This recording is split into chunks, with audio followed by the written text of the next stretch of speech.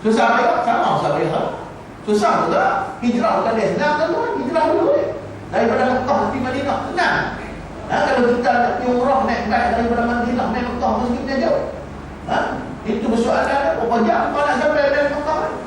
Berapa tertib jalan kita? Kalau dulu orang muda ni apa bukan dia senang. Okey, dapat tak? Dapat tak habuan dunia? Dapat. Habuan dunia mungkin dapat. Tapi habuan akhirat tak. Tapi kalau orang yang hijrah pasal Allah Ta'ala, dunia pun dapat, akhirat pun dapat.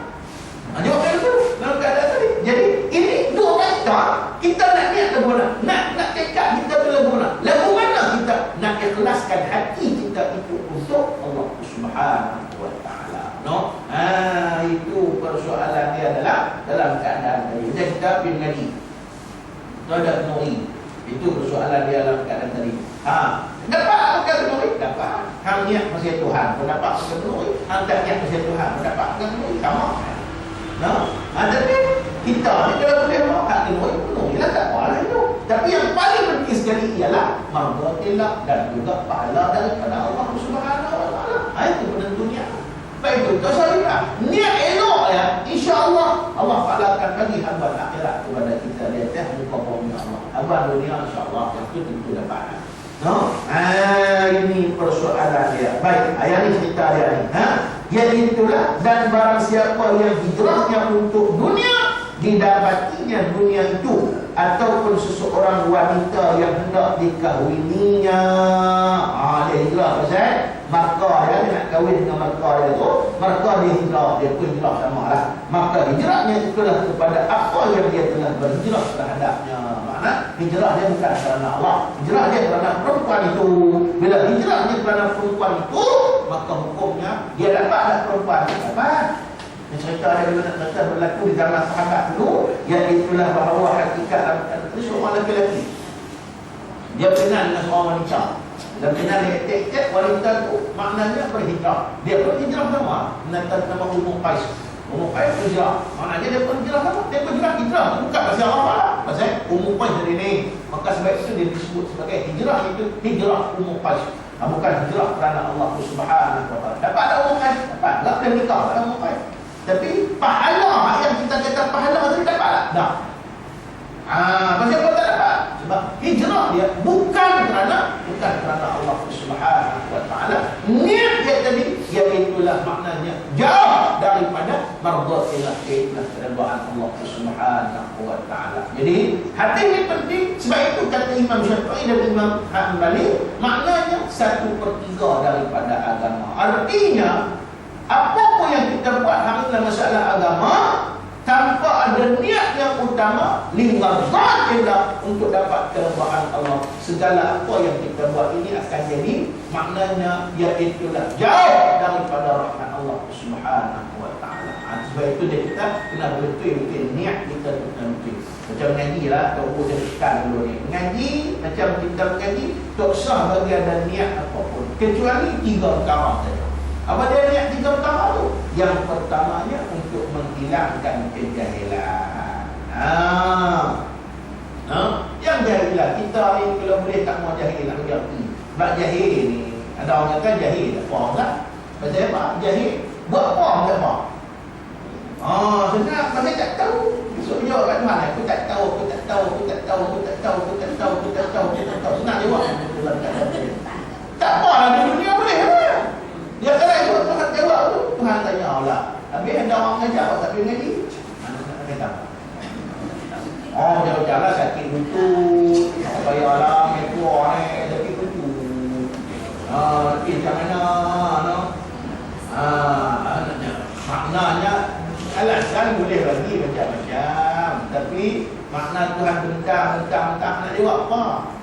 Macam contohlah, apabila esok ni orang sakit, pasal dia sempat tak buat ibadat. Aku sakit buat ibadat. Cuma buat kaki kita doa. Buat macam mana? 2 bulan kita sudah sembahyang buat mana? Okey. Tuhan jawab apa? Kita tak ada jawapan. Tuhan akan kata, habis Nabi Ayub tak sakit. Ada hang sakit terang Nabi Ayub. Tu pun ibadat tak? Ibadat tak lagi sakit dalam masa sihat. Nak jawab apa tuan-tuan waktu tu? Kata, ayat itu betul. buah hakikat. Dalam keadaan tadi, jangan kata jahil itu senang. Sebenarnya jahil itu perasaan. Kita bila kita alim, kita mengaji, kita tahu ada faedah. Faedah ada banyak. Faedah ada satu. Saya nak kata faedah sama kata banyak satu ya. Kita buat ibadat, kita merasa yakin dengan ibadat. Macam kita tadi kita tahu. Bila kita tahu kita buat, kita merasa tak ada masalah apa. Orang tak apa. Masa yakin. Cuma kalau kita tak kita tuan, betul tak? Buat dah buat, tapi tak dapat dia punya kepuasan. Kalau kita tak ada masalah, berlaku guna tak pada kita tahu. Itu persoalan dia adalah dalam kategori. Jadi niat yang betul-betul ialah maknanya hilang kejahilan. Yang kedua, untuk beramal. Walaupun tak boleh beramal, niat kena ada. Niat untuk beramal. Sebab menyanyi tanpa amalan kasajarati bila sampai seperti pokok yang tak ada buah. Buah pokok tak ada buah. Dia kata tak buah tak ada. Pokok tak ada buah. Pokok tak apa ada guna tak. Buah tak ada. Tapi boleh orang tujuh orang. Tak kira. Dia tak kira doyak untuk tak kira. Yang pentingnya ialah nak dapat tak ada guna. Tak ada guna. Saya ingat lagi. Orang macam orang tua saya dulu ni. Dia apa nama ADP kot. Dia main buat projek pengenalan malam belah tanah belah kampung ni ada tanah bedah dia nak buat pokok belah harum manis daripada palit kan nak buat tanah semua bagi kalau kita tak rugi baca sedia tanah dia puas semua main projek semua dapat berempat pokok tetapi nak syok terlalu kurang daun satu pokok ada 2 ni apa dapatlah makan apa untuk keluarga 2 begitu mana daun dapat apa pada tebak itu persoalan. Itu maknanya pokok tak ada buah apa. Itu persoalan yang dalam perkataan tadi. Maka itulah maknanya kita belum tentu boleh beramal. Tak semua kita boleh beramal dapat belum tentu. Kadang dengar ustaz kata makin tengah malam ada duit, dia pun makin tengah malam juga makin tinggi. Tak buat makin tidur pula. Kadang dengar beramal belum tentu. Tapi itu nombor 2. Pasal kita boleh. Sekurang-kurangnya niat berhati. Aku yakin untuk apa? Untuk beramal. Niat dia tu. Niat dalam yang pertama hilang kejahilan. Yang kedua nak beramal dengan ilmu. Yang ketiga untuk mendapat keredaan Allah Subhanahu wa taala. Karena orang jahil Tuhan tak redha. Orang jahil Tuhan tak redha. Yang Tuhan redha adalah orang yang berilmu dia muka bumi Allah Subhanahu wa taala.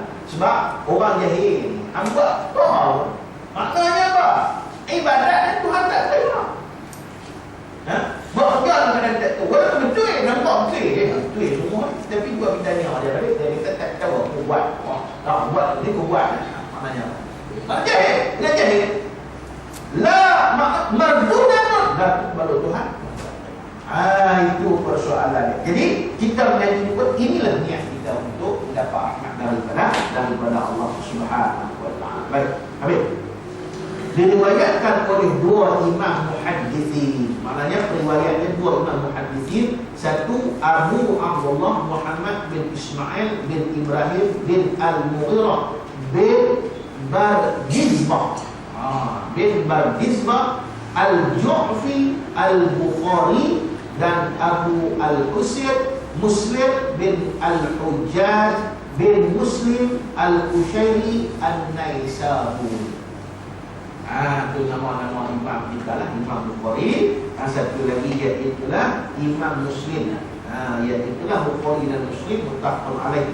Muslim ni dia sebut jelas sekali Naisaburi.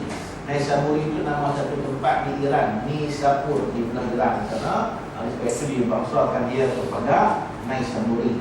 Itu maknanya. Jadi hadis ni hadis yang mutlak, hadis yang sahih, hadis yang boleh jadi pegangan kita. Jadi di sinilah kita nak ambil iktibar supaya kita pekat betul niat kita dalam segala ibadat yang kita buat hanyalah untuk Allah Subhanahu wa taala. Barulah sempurna tuntutan apa yang kita buat ini boleh mendapat keredaan daripada Allah Subhanahu wa taala. Baik, wallahu a'lam. Radhiyallahu anhuma dalam kitab mereka berdua itu sah sesok-sok kitab yang tersusun. Jadi kita tengok sekali kita nak faham sikit itu nak bagi faham. Okey, maknanya kitab dua Sahih Bukhari Sahih Muslim ni kitab yang paling sah dalam segi hadis. Okey, maksudnya sah dan tidaknya segala amal adalah bergantung dengan niat diberi. Amal yang tidak disertai dengan niat tidak lebih dari sesuatu perbuatan biasa saja. Baik itu amalan kalau tak ada niat biasa. Macam kita nak buat biasa. Biasa. Macam sesuatu pun tak. Lah puasa kita lah puasa dosa niat. Boleh puasa? Kita boleh. Tak tahu saya tak tahu. Kalau kita tak ada niat, kita macam mana lah ni kadang-kadang dia boleh puasa pun lah. Pasal tengok-tengok timbang, itu 80 kilo, dah 120 kilo. Oh, nak puasa. Puasa? Tak ada niat. Dia bisa orang-orang kata, apa bagi buat diet. Diet. Tak ada niat. Boleh tak? Kita kata tuan. Tak boleh. Tak tahu saya kalau kata tak ada niat lagi, tak niat puasa. Sampai pukul 10 tak ada niat. Orang kata bisa nyorah sayur pun tak ada duit pula. Orang apa? Jadi kekuatan dia tahu. Itu yang kata puasa tu niat tu. Niat tu. Cuba bila kita niat puasa. Niat puasa boleh tak? Kita tengok ni. Pasal apa? Artinya dia kata tidak lebih dari suatu perbuatan biasa saja. Dan apa yang diniatkan dari seseorang itulah yang diperolehinya. Jika dia melakukan suatu amal bakti dengan niat yang telah untuk mendapat pahala dari Tuhan, akan diperolehnya pahala itu. Tetapi kalau amal itu diusahakannya sebagai alat untuk mencapai kepentingan dunianya semata-mata, seumpama seorang yang beramal dengan niat untuk mengikat hati seorang perempuan yang hendak dikahwininya, akan sampai juga kelak hajatnya terhadap perempuan itu, tetapi daripada amal yang dijadikannya landasan itu, tiadalah ia berboleh pahala. Pahala dapat kalau kita dia kenal macam contoh dia kenal sudah umukai tadi ni, dia hijrah kerana kenal umukai. Pahala kenal tak ada. Umukai dapat. Boleh nikah kan boleh. Itu soalannya. Apa dia punya kelebihan? Tak boleh nikah lah. Bahagia tak apa bahagia. Jadi bahagia apa lama orang? Mati. Tak mati. Tapi tak ada apa. Itu saja Allah ada tadi. Cuba kalau kita niat tak apa, kena amalkan kan. Tapi hijrah kerana Allah Subhanahu Wa Taala. Dapat amalkan sekali lagi. Boleh jadi dapat. Dapat tak? Pahala dapat tak? Pahala pun dapat. Maknanya bersinambungan pahala dia, kelebihan yang dia dapat. Dunia pun dapat, akhirat pun dapat. Yang itu kita untung dengan niat. Jadi kita jaga berelok untuk mendapat rahmat daripada Allah Subhanahu Wa Taala. Tapi jangan pula sampai jatuh pangkat buat jahat pun niat elok pada dalam. Dia jahat dalam niat elok dalam keadaan tadi kada. Maknanya yang kita maksudkan ialah betul-betul niat kita tu ialah bardillah mencapai kepada Allah. Wallahu a'lam. Sambung lagi kisah pada kuliah kita yang akan datang pada hadis yang kedua untuk mendapat rahmat daripada Allah. Wallahu a'lam. Jadi tak kira apa yang saya sampaikan. Maka untuk itu ada soalan.